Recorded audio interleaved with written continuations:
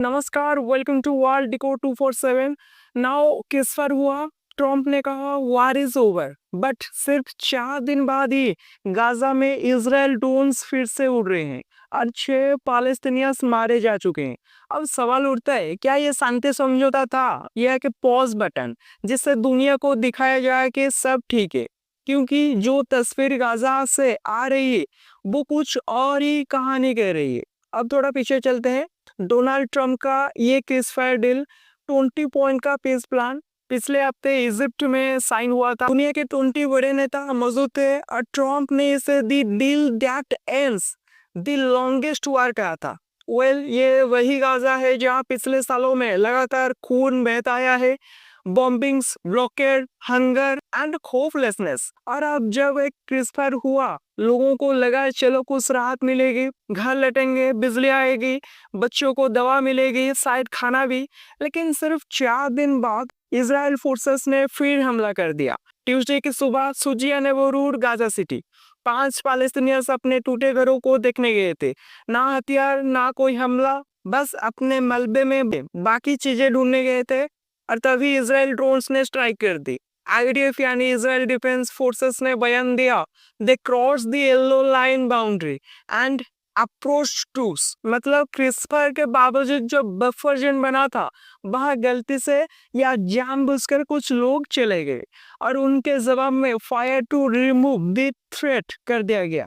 अब सोचिए, fire to remove the threat मतलब बिना वार्निंग के ड्रोन स्ट्राइक।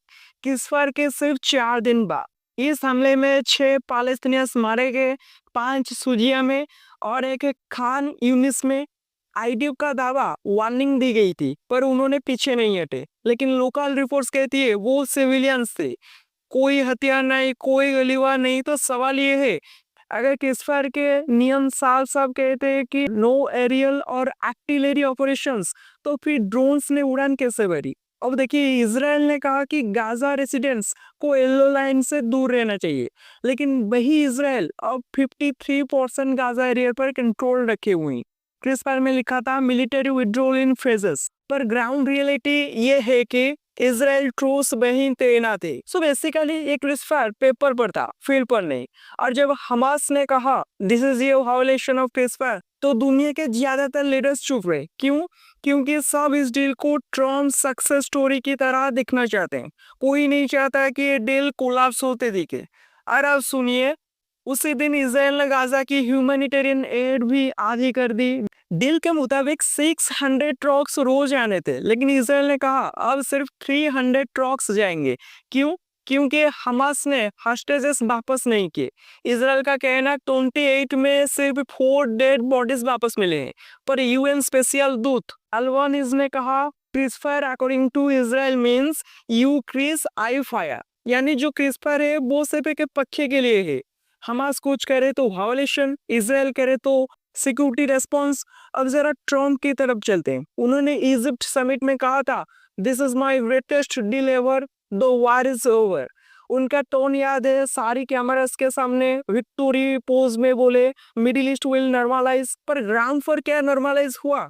गाजा के लोग अभी भी घरों में बिजली के बिना, खाना कम और ऊपर ड्रोन्स घूम रहे हैं। तो क्या ट्रम्प को पता नहीं था इजराइल ग्राउंड कंट्रोल नहीं छोड़ेगा, या फिर ये पहले से तय था?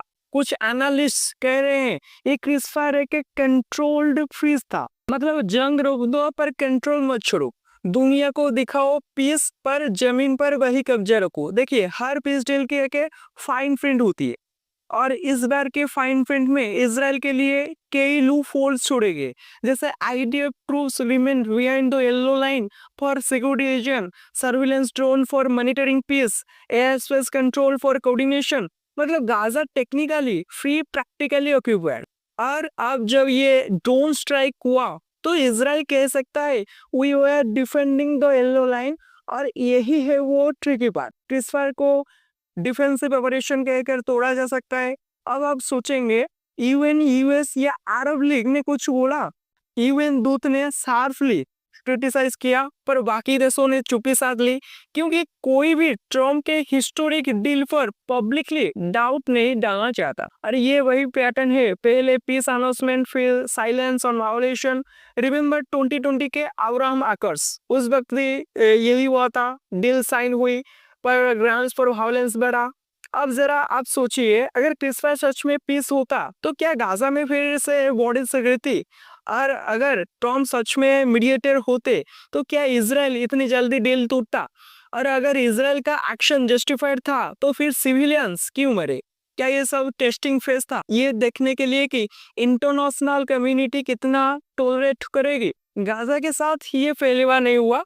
2009, 2012, 2014, 2021 हर बार केसफायर हुआ, और कुछ दिनों बाद फिर ब्लास्ट, फिर स्ट्राइक, फिर ब्लेम गेम। तो सवाल ये है, क्या केसफायर सिर्फ टाइम बाइंग स्ट्रेटेजी है? और इस बार फर्क बस इतना है, इस डील पर ट्रम्प का सिग्नेचर है। अब अगर ग्राउंड पर टेंशन बढ़ती रही तो ये डील हफ्तों में कोलैप्स कर सकता है। ऑलरेडी हमास ने कहा, we reserve the right to respond to Israel violation. और अगर वो रेस्पॉन्ड करते हैं तो इजराइल कहेगा हमास रोक दी डील, यानी ब्लेम फिर उसी पर जाएगा जिसने पहले केसफायर माना। ये क्लासिक जियोपॉलिटिकल ट्रैप है, जहां विनर वही होता है जो नैरेटिव कंट्रोल करता है। अब थोड़ा गहराई में सोचिए, क्या ये पीस डील सच में शांति के लिए था, या यूएस की फॉरेन पॉलिसी के 2025 इमेज मेकओवर के लिए? ट्रम्प ने इस डील को अपने मिडिल ईस्ट टूर में हिस्टोरिक अचीवमेंट बताकर पॉलिटिकल कैपिटल बनाया।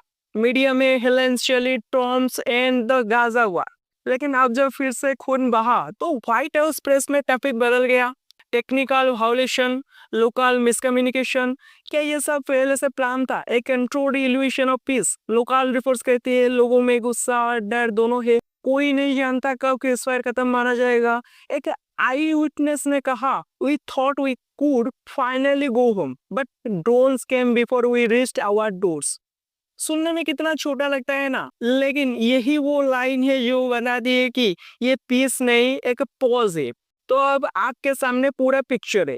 सीज़फायर हुआ, ट्रम्प ने कहा वार इज ओवर, इजराइल ने कहा सिक्योरिटी एक्शन, और गाजा ने कहा वायोलेशन। अब आप बताइए, अगर हर कोई अपनी डेफिनेशन ऑफ पीस रखेगा तो क्या कभी असली शांति आएगी, या फिर ये सब सिर्फ फोटो ऑपी पॉलिटिक्स है, जहां ट्रम्प को अपोलोज चाहिए, इजराइल को कंट्रोल और पैलेस्टीनियंस को बस पेशेंस का लेक्चर? इस एनालिसिस को यहीं पर खत्म करते हैं।